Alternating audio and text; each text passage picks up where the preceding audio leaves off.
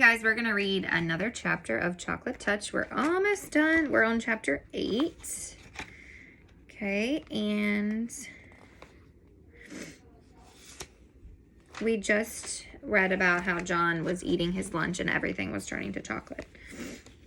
Even his drink and his utensils, okay? English class passed without incident. Miss Plimsoll distributed word lists for her students to take home. The more words you know, the more exactly you can think, she said. There were some difficult new words, John noticed. As Miss Plimsoll explained the meaning of each one, it seemed to John as though they had all a special bearing on his present uncomfortable condition. At last the bell rang. "Very well, class," she said. "Time for outside activities. Good afternoon." "Good afternoon, Miss Plimsoll." Miss Plimsoll gave the signal for dismissal, and the pupils in the front row filed out, followed by those in the second row, including John and Susan. John played a violin in the school orchestra, and usually she and John went to the rehearsals in the auditorium together. This time, Susan hurried on ahead of him. John followed very slowly. The members of the orchestra were sitting at their music stands on the stage when John, carrying his dark blue trumpet, got to his chair in the brass section. Mrs. Quaver had already begun to explain a difficult passage to the girl who played the flute. "Just after Jay sings, 'Nestlings chirp and flee,'" she was saying, "you come in with your trill, doodle, oodle, oodle, oodle, oo. Do you see the place on your score? Good." "Ah, John," Mrs. Quaver explained, seeing him in his place, "I'm glad you're not absent. As I have just told the others, this afternoon we're having the first joint rehearsal of my arrangement of A Boy's Song by James Hogg.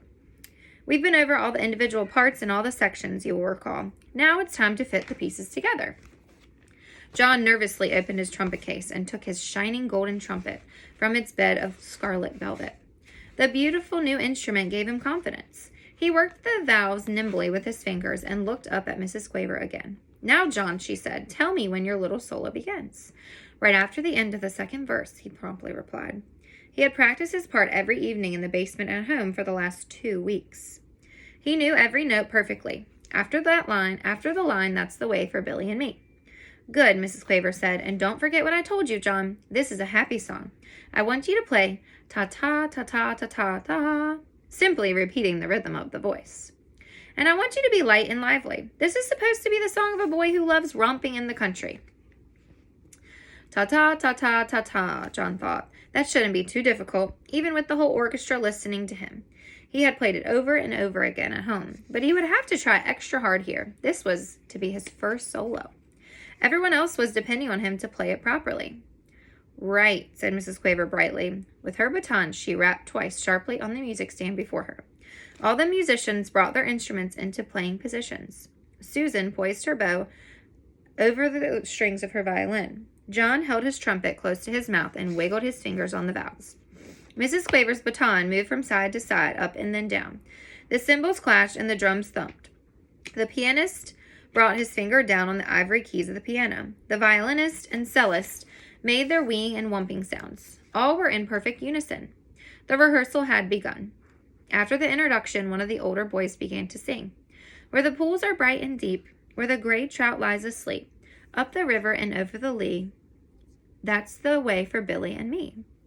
After the last line of the first verse, John's fellow trumpeter echoed the rhythm of the singer's voice. Mrs. Quaver smiled approvingly at the successful performance and with her baton gave the singer the signal to begin the second verse. "Where the blackbird sings the latest, where the hawthorn blooms the sweetest, where the nestlings chirp and flee, that's the way for Billy and me." John swallowed with an effort and put the mouthpiece of his trumpet to his lips for his solo.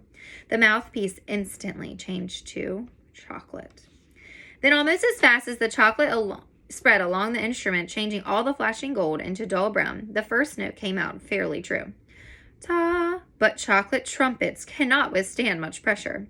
The hole in the mouthpiece softened and clogged up, and the valves struck as John desperately tried to finish his part.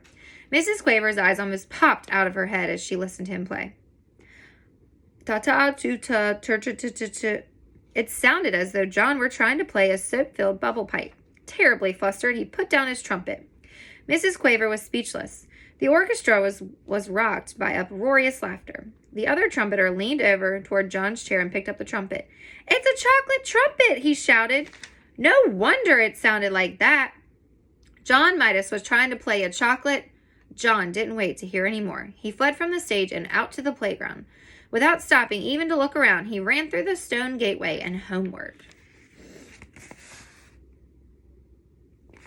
And that's the end of chapter 8. Poor John.